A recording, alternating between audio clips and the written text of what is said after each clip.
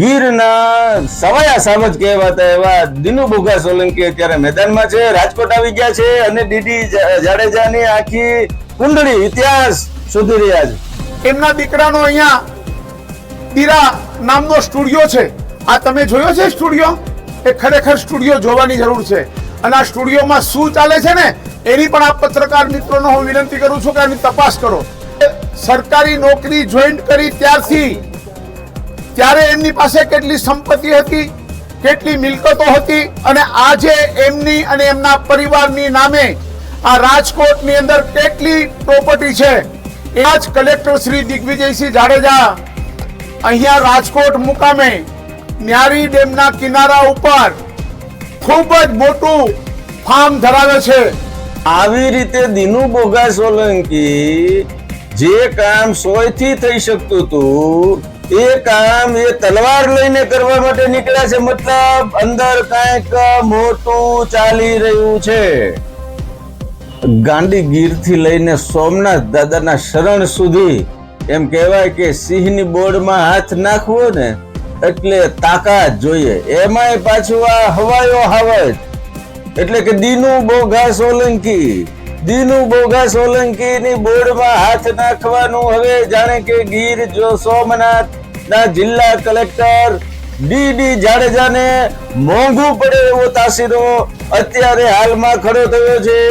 એવું કહેવાય છે કે 150 કરોડથી પણ વધુની કિંમતની એ જે 280 એકર જમીન કે જેનો હાલમાં કબજો દિનુ બોગા સોલંકી પાસે છે એનો હુકમ 4 જાન્યુઆરી 2025 જ્યારે કરવામાં આવ્યો અને દિનુ બોગા સોલંકી કે જેને હવાયો હાવજ કહેવાય મેદાને આવી ગયા. શું છે આખો મામલો? આવો જાણીએ આ અહેવાલમાં.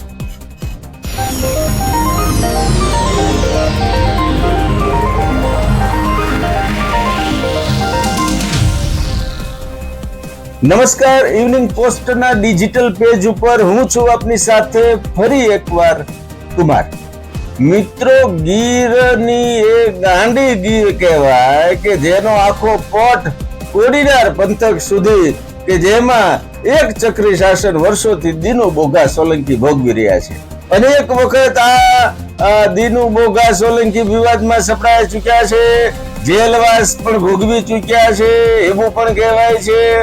અને જ્યારે ગીરની જમીનના અંદરના કેટલાક ખનિજ સંપત્તિના વિવાદ છે એમાં પણ અનેક વાર એમની સામે આંગળી ચીંધાઈ ચૂકી છે. પરંતુ અત્યારે મામલો જરા પેચીદો બન્યો છે. દિનુ બોગા સોલંકી હવાયો હાવજ હવે જ્યારે કોડીનાર નગરપાલિકામાં અને એ વિસ્તારમાં ભાજપનો ભગવો ફરી એકવાર લહેરાવવા માટે સફળ થયા છે ત્યારે હવે બિંદાસ મેદાનમાં આવી ગયા છે.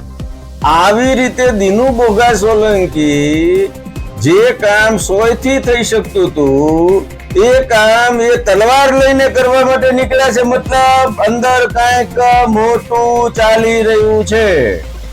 જે રીતે ગીર સોમનાથ જેવા નાના જિલ્લાના કલેક્ટર એવા ડીડી જાડેજા સામે દિનુ બોગા સોલંકી ખુદ મેદાનમાં ઉતર્યા છે. મતલબ કંઈક વટનો સવાલ છે. આ મામલો અત્યારે એટલા માટે ગરમાઈ રહ્યો છે કે રાજકોટમાં દિનુ બોગા સોલંકી આવ્યા છે અને એમણે પહેલા તો શું કીધું એ સાંભળો. ગીર સોમનાથના કલેક્ટર દિગ્વિજયસિંહ જાડેજા કે જેઓ પોતે અમારા ગીર સોમનાથ જિલ્લાના ગરીબ લોકોના ઝૂંપડાઓ, મકાનો, ખેતરોને ઉજાડી રહ્યા છે, એની સામે અમારી પાસે આવેલી માહિતી મુજબ આજ કલેક્ટર શ્રી દિગ્વિજયસિંહ જાડેજા અહીંયા રાજકોટ મુકામે ન્યારી ડેમના કિનારા ઉપર ખૂબ જ મોટું ફાર્મ ધરાવે છે, જે નિયમ વિરુદ્ધનું બાંધકામ પણ ત્યાં ધરાવે છે. અને આ બાંધકામની રજૂઆત કરવા માટે અને આ ન્યારી ડેમના સ્કેચમેન્ટ એરિયામાં આ મકાન બાંધી શકાય કે કેમ, આ ફાર્મ હાઉસ બનાવી શકાય કે કેમ, એને અમે નિયમ મુજબ એમની સામે પગલાં લેવા માટે અહીંયા રાજકોટ કલેક્ટરશ્રીને રજૂઆત કરવા આવ્યા છે અને અમે લેખિતમાં પણ અમને ફરિયાદ આપી છે. જો મિત્રો દીનુ બોગા સોલંકી સ્પષ્ટ કહી રહ્યા છે કે ભ્રષ્ટાચાર નિવારણ કમિટીના સભ્યો વકીલોની આખી ફોજ સાથે એવો રાજકોટમાં આવ્યા છે. ડીડી જાડેજાનો એ વૈભવશાળી ફાર્મ હાઉસ બંગલો જે કાંઈ ન્યારી ડેમના એન્ક્રોચમેન્ટ વિસ્તારમાં છે કેવી રીતે બનાવી શકાય, આવા સવાલો ઉઠાવ્યા છે. બીજું એમણે એ પણ કીધું છે કે એમના પરિવારના જે કાંઈ સભ્યો છે એ બધાએ દુકાનોના ભાડાની આવક કરે છે, કરોડોની સંપત્તિ એકઠી કરી રાખી છે.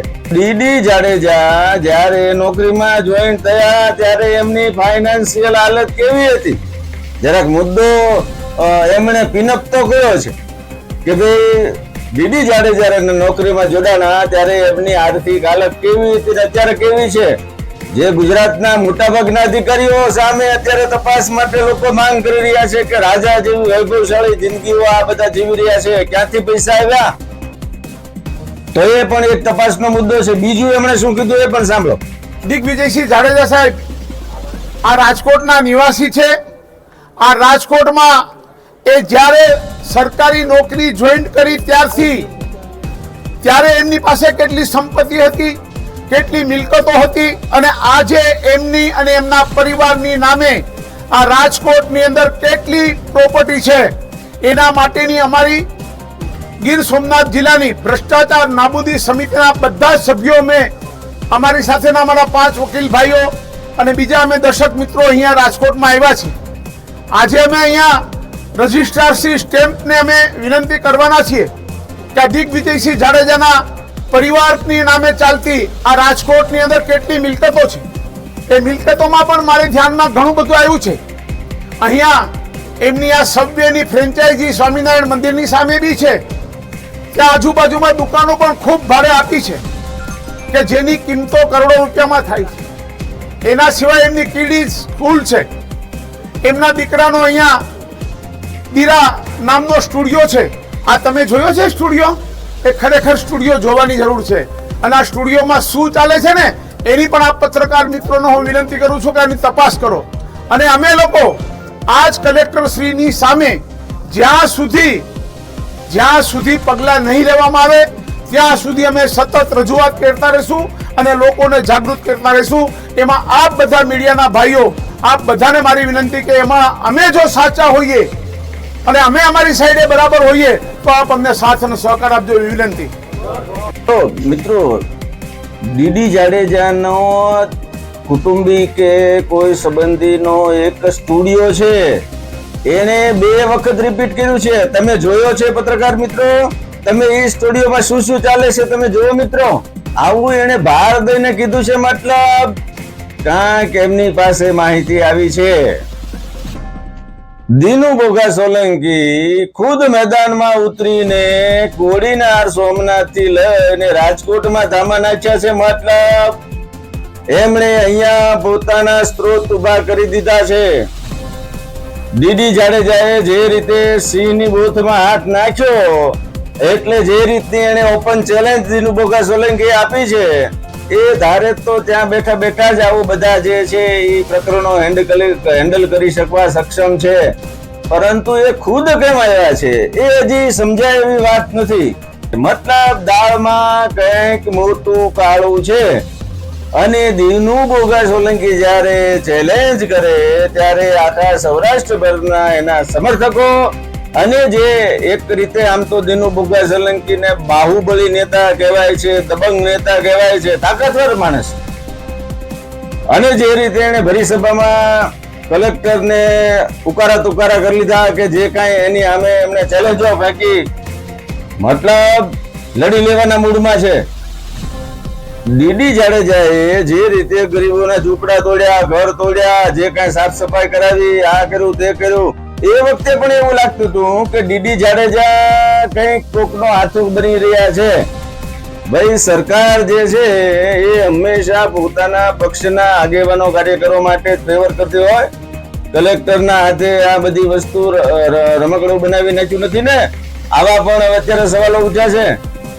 જે કાંઈ સુવિધાજનક કે સારું કામ કર્યું હોય અત્યારે જો કે એના પક્ષમાં અને પ્રતિપક્ષમાં સોશિયલ મીડિયામાં પણ સારું જામ્યું છે, પરંતુ એ બધું જ જ્યારે દિનુ બોગા સોલંકી માર્કેટમાં ઉભા રહે છે ત્યારે બધા જે છે ચૂપચાપ પોતાની રીતે અંદર જતા રહે છે. ગીરના સવાયા સાવજ કહેવાતા એવા દિનુ બોગા સોલંકી અત્યારે મેદાનમાં છે, રાજકોટ આવી ગયા છે અને ડીડી જાડેજાની આખી કુંડળી ઇતિહાસ શોધી રહ્યા છે. આગામી સમયમાં કેવા મોટા એ ઘટસ્ફોટ કરે છે જોવું રહ્યું. હાલમાં જે લડાઈ જામી છે એ ચોક્કસ પરિણામદાયક રહેશે અને એમાં જે રીતે દિનુ બોગા સોલંકીનું કોડીનારથી લઈને દિલ્હી સુધીનું વજન છે એ જોતા ગીર સોમનાથ જિલ્લા કલેક્ટરને જે પ્રકારની એને તપાસ માંગી છે કે જે મુદ્દા ઉઠાવ્યા છે એ મુદ્દામાં તકલીફ તો પડશે જ એવું હાલમાં લાગી રહ્યું છે. અને જે જમીનની વાત અત્યારે કરવામાં આવી રહી છે કે દિનુ બોગા સોલંકી નડે છે એ જમીન દીવ, ઉના, દેલવાડા, મહાજન, પાંજરાપોળ જે એને ફાળવવામાં આવી હતી એ જમીનમાં કહેવાય છે કે ઉના પ્રાંતે એક હુકમ કર્યો અને એ હુકમ કરવામાં ડીડી જાડેજાની ભૂમિકા હતી. આવું જ્યારથી સામે આવ્યું એમ કહેવાય છે કે 280 એકર જેટલી જમીન છે, 150 કરોડની કિંમત છે, અત્યારે દિનુ બોગાના કબજામાં કદાચ છે અને ત્યાં કંઈક ગાયનો ઘાસચારો આ છે તે છે ઉગવવાનું કામ ચાલુ છે. જે હોય તે, પરંતુ બંને પક્ષોએ જે રીતે હથિયાર સજાવ્યા છે અને જે રીતે તાકાત, જે એમ કહી શકાય કે રાજકીય વજન, વર્ચસ્વ અને તાકાત એ દિનુ બોગા સોલંકીની તરફેણમાં છે. આગામી સમયની અંદર આ મામલો વધારે ઉગ્ર બને તો પણ ના નહીં, તંગ પણ બની શકે છે. હા, જે રીતે દિનુ બોગા સોલંકીની તાકાત છે જોતા આ મામલો જે છે એ તંગ ન બને એ જોવું રહ્યું. ઇવનિંગ પોસ્ટ ચેનલને આજે જ લાઈક કરો, શેર કરો, સબસ્ક્રાઇબ કરો. આભાર.